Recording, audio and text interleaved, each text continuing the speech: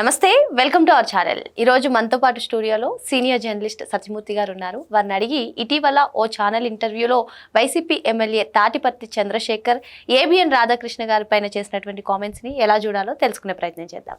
నమస్తే సార్. నమస్కారం అండి. సార్, ఇటీవల ఒక ఛానల్కి ఇచ్చినటువంటి ఇంటర్వ్యూలో తాటిపర్తి చంద్రశేఖర్ ఏ విధంగా కామెంట్స్ చేశారో వినిపిస్తాను సార్.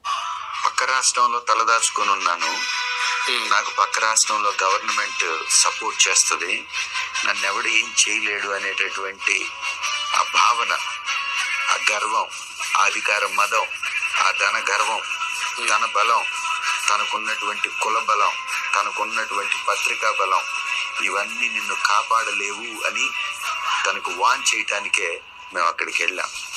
అడుగు దూరంలో వదిలిపెట్టి వచ్చాం. అడుగు లోపలికి వేయడం పెద్ద సమస్య కాదు అని చెప్పొచ్చు. ఏబిఎన్ రాధాకృష్ణ గారు పక్క రాష్ట్రంలో దాక్కున్నారు, ధన బలం, కుల బలం, ఇటువంటి పత్రికా బలం అడ్డు పెట్టుకుని ఇటువంటి రాజకీయాలు చేస్తున్నారు అన్నట్టుగా ఈయన చేసినటువంటి కామెంట్స్ని ఎలా చూడాలంటారు? అతనికి బేసిక్ నాలెడ్జ్ కూడా లేదు.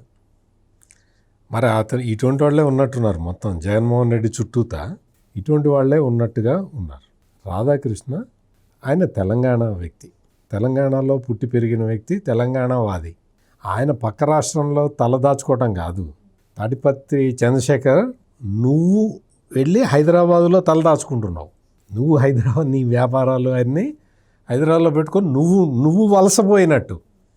రాధాకృష్ణ వలసపోలా, రాధాకృష్ణ అక్కడే ఉన్నాడు, తెలంగాణలోనే ఉంటాడు. నువ్వు నీ బ్యాచ్ అంతా కూడా ఆంధ్రా నుంచి వలసపోతారు తెలంగాణకి వ్యాపారాలు చేసుకోవడానికి. రాధాకృష్ణ మీ గురించి రాసింది ఇదే. మీకు బుర్ర తలకాయ మీద, మీ మెడ మీద తలకాయ లేదు, ఉన్న తలకాయల్లో గుజ్జు లేదు అనే రాశాడు. నిన్ను ఉద్దేశించే రాసినట్టున్నాడు. లేకపోతే నువ్వు అసలు రాధాకృష్ణ ఎవరు ఏంటి అనేది కూడా తెలుసుకోకుండా ఇన్ని మాటలు మాట్లాడుతూ ఒక అడుగు దూరంలో వదిలేసి వచ్చావా? పోలీసులు నిన్ను చెంప మీద కొట్టి పంపించారా? చంద్రశేఖర్, క్లియర్గా గుర్తు తెచ్చుకొని చెప్పు. నువ్వు ఒక అడుగు దూరంలో రాధాకృష్ణని వదిలేసి వచ్చావా? పోలీసులు నిన్ను చెంప మీద లాగి కొడితే రిటర్న్ వచ్చావా? క్లియర్ కట్గా ఆలోచించుకో. ఒక 10 నిమిషాలు కూర్చొని ఎండలో పడి ఉన్నట్టున్నావు, చక్కగా చల్లటి మజ్జిగ తాగు. మజ్జిగ తాగి నువ్వు ఆలోచించు. పోలీసులతో దెబ్బలు తిని నేను ఎమ్మెల్యేని అంటే, ఎమ్మెల్యే అయితే నాకేంట్రా, నువ్వు ఏ ఎమ్మెల్యేవో నాకేం తెలుసు? నువ్వు ఇక్కడ ఎక్కడి నుంచి అంటే దాదాపుగా ఒక ఫర్లాంగ్ దూరం నుంచి అతను మనుషులను వేసుకొని, 10 మంది మనుషులను వేసుకొని పరిగెత్తుకుంటూ వస్తూ ఉన్నాడు. అది it is a hospital road. Apollo hospital ఉంటుంది అక్కడ, పేషెంట్లు ఉంటారు. అంబులెన్స్ని ఆపాడు. ఇతని తాటిపర్తి చంద్రశేఖర్ అనే అతను గ్యాంగ్ని వేసుకొని వస్తూ ఉంటే అంబులెన్స్కి దోవ ఇవ్వలేదు. అంబులెన్స్కి దోవ ఇవ్వకుండా అడ్డం పరిగెత్తుతుంటే పోలీసులు ఆపారు. నువ్వు ఆగవయ్యా, ఎందుకు నడుచుకుంటూ పో అని చెప్పి చెప్తూ ఉంటే పోలీసుల మాట వినకుండా పోలీసుల్ని తోసుకుంటూ పరిగెత్తుతూ ఉంటే పోలీసులు పరిగెత్తుకుంటూ వచ్చి ఆపి లాగి దవడకు ఒకటి ఇస్తే అప్పుడు ఆగాడు. ఈ పనవట్ట వచ్చి రాధాకృష్ణని ఒక అడుగు దూరంలో వదిలేసి వచ్చాట. ఏం మాట్లాడతారో ఏం చేస్తారో. రాధాకృష్ణకి అంటే రాధాకృష్ణ ఆంధ్ర ప్రాంతం వాడా, తెలంగాణ ప్రాంతం వాడా, బేసిక్ నాలెడ్జ్ ఉండాలి కదా. అంటే నీకు బేసిక్ నాలెడ్జ్ కూడా లేదు.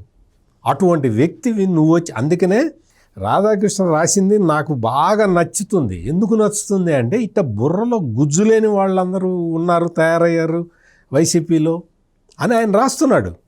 మీకు రాధాకృష్ణని వెళ్ళి అడుగు దూరంలో వదిలేసి వచ్చావు కదా తాటిపర్తి చంద్రశేఖర్.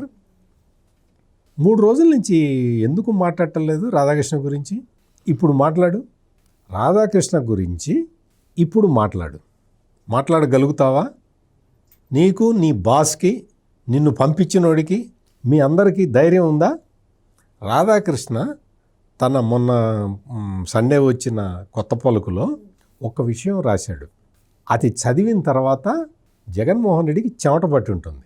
నీకు 20-25 ఏళ్ల కిందట నీ ఇంట్లో ఏం జరిగిందో నేను చెప్తానని చెప్పి ఆయన చేసిన ఒక కామెంట్ తోటి వీళ్ళందరి గుండెల్లో రాయబడ్డది. ఆగిపోయారు. ఇంకెవరు, జగన్మోహన్ రెడ్డి చెప్పాడు అందరికీ మాట్లాడద్దు, రాధాకృష్ణ గురించి ఎవరు మాట్లాడద్దని. మీరు కావాలని చూడండి, రాధాకృష్ణ గురించి ఎవడు మాట్లాడాలా? ఎందుకు మాట్లాడటంలే? నువ్వు వచ్చే ఒక్క అడుగు దూరంలో వదిలేసావు కదా రాధాకృష్ణని. మాట్లాడు, ఇప్పుడు మాట్లాడు. నువ్వు నీ దయాధర్మం మీద నువ్వు వదిలేసి వచ్చినట్టు చెప్తున్నావు కదా చంద్రశేఖర్. ఇప్పుడు మాట్లాడు. నీ బాసే మాట్లాడలేకపోతున్నాడు, నువ్వెంత? ఇతను ఇదే తాటిపర్తి చంద్రశేఖరు ఎమ్మెల్యే కదా. ఎమ్మెల్యే అంటే అసెంబ్లీకి వెళ్తే ఎమ్మెల్యే అంటారు, లేకపోతే ఎమ్మెల్యే అనరు. ఇతనికి గవర్నర్ స్పీచ్కి బడ్జెట్ స్పీచ్కి తేడా తెలియదు.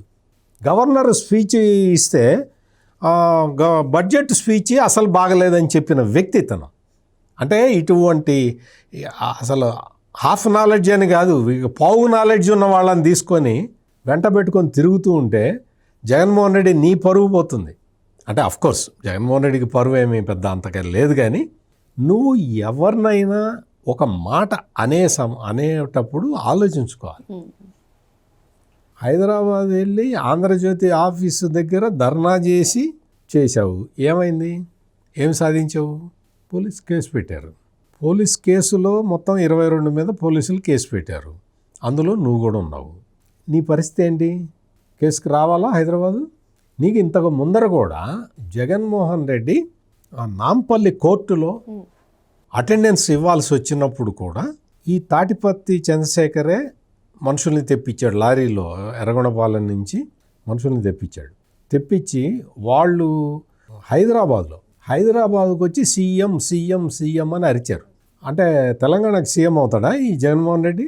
అప్పుడే చెప్పాను, నాలాంటి వాళ్ళు చాలామంది చెప్పారు, హైదరాబాద్ వచ్చి సీఎం అని అరుస్తారేంద్రా, మీకు అసలు బుర్ర ఉందా అని అడిగారు. హైదరాబాద్ వచ్చి సీఎం సీఎం అని అరిస్తే అర్థం ఏంటి? తెలంగాణకి సీఎం అవుతావా ఈ జగన్మోహన్ రెడ్డి? అంటే వాళ్ళకి ఏమాత్రం బేసిక్ కూడా నాలెడ్జ్ కూడా లేని వ్యక్తులు వీళ్ళందరూ. మా ఎర్రగొండపాలెం నుంచి ఆ బస్సులు వేసుకొని రావటం, హైదరాబాద్ వచ్చి జగన్మోహన్ రెడ్డిని అదే బ్యాచ్ కోర్టు దాకా తీసుకెళ్ళటం, మళ్ళీ అక్కడి నుంచి ఇదంతా కాంట్రాక్టు డబ్బులు. ఇటువంటి బ్యాచ్ని వేసుకొని తిరిగే ఈ వ్యక్తి వచ్చి ఏబిఎన్ మీద, లేకపోతే ఆంధ్రజ్యోతి మీద, లేకపోతే రాధాకృష్ణని తెలంగాణ సీఎం కాపాడుతాడని ధైర్యమా? ఏమైనా నీకు అసలు నాలెడ్జ్ ఉందా? నీకు ఏదన్నా బేసిక్ అయినా ఇన్ఫర్మేషన్ ఉండాలి. అటువంటిది ఏమీ లేకుండా ఈ మాట్లాడి నువ్వు ఏదో మాట్లాడావు ఆ ఛానల్లో, ఆ ఎదురుగా క్వశ్చన్ అడిగే అతనికన్నా కొంచెం ఉండాలి కదా, కొంచెం ఉండి చెప్పాలి. రాధాకృష్ణ తెలంగాణ బహుశా అతనికి కూడా తెలియదేమో, ఆ ఎదురుగా ఉన్న అతనికి కూడా రాధాకృష్ణ గురించి తెలియదేమో. అంటే వీళ్ళందరూ కూడా వచ్చి హైదరాబాద్ వచ్చి వ్యాపారాలు చేసుకుంటూ, రాజకీయాలు చేసుకుంటూ, డబ్బులు సంపాదించుకుంటూ, ఈ జగన్మోహన్ రెడ్డి అధికారంలో ఉన్నంతకాలం ఆంధ్రప్రదేశ్ ప్రజల్ని కొల్లగొట్టి తీసుకొచ్చి హైదరాబాద్ రియల్ ఎస్టేట్లో పెట్టుబడులు పెడతారు. వీళ్ళందరూ చేసే పని అది. మనం మద్యం కుంభకోణంలో కొట్టేసిన డబ్బులు, మద్యం కుంభకోణం ఎక్కడ జరిగింది? ఆంధ్రాలో జరిగింది. దాని పెట్టుబడులు ఎక్కడ పెట్టారు? హైదరాబాద్ రియల్ ఎస్టేట్లో పెట్టారు. అఫ్కోర్స్ దుబాయ్లో కూడా పెట్టారు, హైదరాబాదులో హాస్పిటల్స్ పెట్టారు, హైదరాబాదు రియల్ ఎస్టేట్లో పెట్టుబడులు పెట్టారు, హైదరాబాదులో సినిమాలు తీశారు. అంటే ఏంటి? ఆంధ్ర ప్రజల నోటి దగ్గర కూడు తీసుకొచ్చి వీళ్ళు వ్యాపారాలు తెలంగాణలో చేసే ఈ బ్యాచ్ వీళ్ళందరూ వచ్చి రాధాకృష్ణ గురించి మాట్లాడతారు. వీళ్ళు మాట్లాడే మాటలకి, వీళ్ళు చేసే చేష్టలకి వీళ్ళకి మనం ఇంపార్టెన్స్ ఇవ్వాల్సిన అవసరమే లేదు. ఇతనికి పర్టికులర్గా ఇతనికైతే మీరు అక్కడ ఆంధ్రజ్యోతి ఏబిఎన్ కార్యాలయం ముందర ఇచ్చిన స్లోగన్స్ చూస్తే కూడా ఇతని స్థాయి ఏంటో అర్థమవుతుంది. ఇతను అక్కడ ఇచ్చిన స్లోగన్లు ఇవాళ వెళ్ళి ఇచ్చిరమ్మను. అసలు నువ్వు తాటిపత్తి చంద్రశేఖర్, నిన్ను ఒకటే స్ట్రైట్ క్వశ్చన్ అడుగుతున్నా.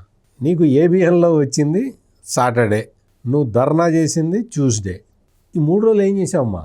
ఈ 3 రోజులు ఏం చేసావు? చదవలేదా? చదివినా అర్థం కాలేదా? 3 రోజుల తర్వాత నీకు అర్థమైందా ఏంటి? కరెక్ట్గా చెప్పాలి, కరెక్ట్గా నేర్చుకో. అసలు నీకు ప్రొసీడింగ్స్ ఎట్లా ఉంటాయో ఏంటో నేర్చుకో. ఎవరెవరు మనుషులు ఎట్లా మాట్లాడతారో తెలుసుకో. జర్నలిజం అంటే ఏంటో బేసిక్స్ నేర్చుకో. నీకు ఏమీ తెలియకుండా బాగా పైసలు ఉన్నాయి, డబ్బులు ఇచ్చుకున్నావు, సీటు కొనుక్కున్నావు, నీ అదృష్టం బాగుండి ఇంత వేవ్లో కూడా గెలిచావు. నువ్వు పద్ధతులు నేర్చుకుంటే నీకు ఏదైనా పబ్లిక్ లైఫ్ ఉంటుంది. నువ్వు మళ్ళీ నీ కాన్స్టిట్యున్సీకి ఎప్పుడన్నా వెళ్ళావా? నువ్వు హైదరాబాద్లో వ్యాపారం చేసుకోవడం తప్ప నువ్వు ఎప్పుడన్నా కాన్స్టిట్యున్సీకి వెళ్ళావా? ఎప్పుడన్నా మాట్లాడావా? నీలాంటి వ్యక్తులు పబ్లిక్ లైఫ్లో ఉండటానికి కూడా అనర్హులు. నువ్వు నిన్ను ఎట్లా ప్రాంత ప్రజలు నీకు ఎట్ట ఓటేశారో నాకైతే తెలియదు, కానీ నీకు అసలు బేసిక్ నాలెడ్జే లేదు. ఫస్ట్ బేసిక్ నాలెడ్జ్ పెంచుకో, జర్నలిజం అంటే ఏంటో అర్థం చేసుకో, జర్నలిస్టుల్ని ఎట్లా గౌరవించాలో తెలుసుకో. మరో అంశంతో మళ్ళీ కలుద్దాం. Thank you sir. నమస్కారం.